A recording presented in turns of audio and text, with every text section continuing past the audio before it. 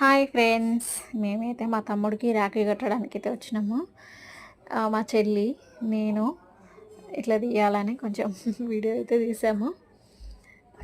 ముందుకెళ్ళేసి వాళ్ళు ఫస్ట్ కూర్చొనే ఉన్నారు. ఇక అట్లనే కూర్చొని కట్టేసినాము. రెడీ కూర్చొని ఉన్నారు వాళ్ళు. మేము వస్తున్నామని చెప్పినాము, అందుకే కూర్చొని ఉన్నారు వాళ్ళు. లేట్ అయిపోయింది. ఇక అన్నీ అయితే తీసుకొని అయితే రెడీ పెట్టేసినాం.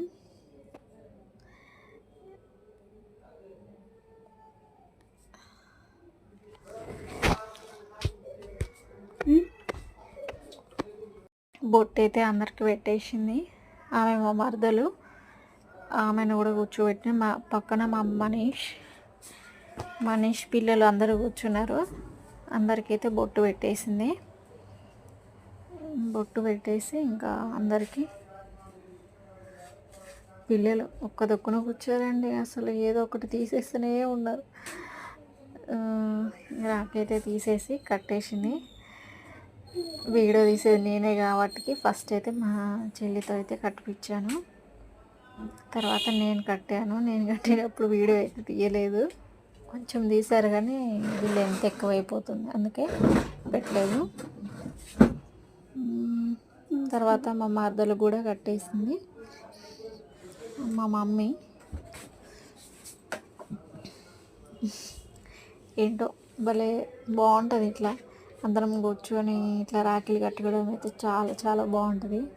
అదొక పండగలాగా చేసుకుంటాం, మస్తు అనిపిస్తుంది.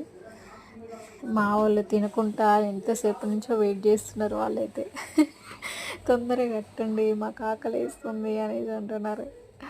స్వీట్లు అయితే తెచ్చినాము.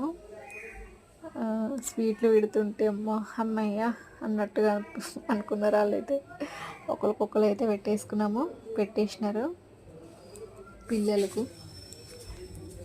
హారతి అయితే ఇచ్చేసినాం. ఫైనల్గా రాఖీ సెలబ్రేషన్ అయితే అయిపోయింది. బాగా జరిగింది ఈసారి.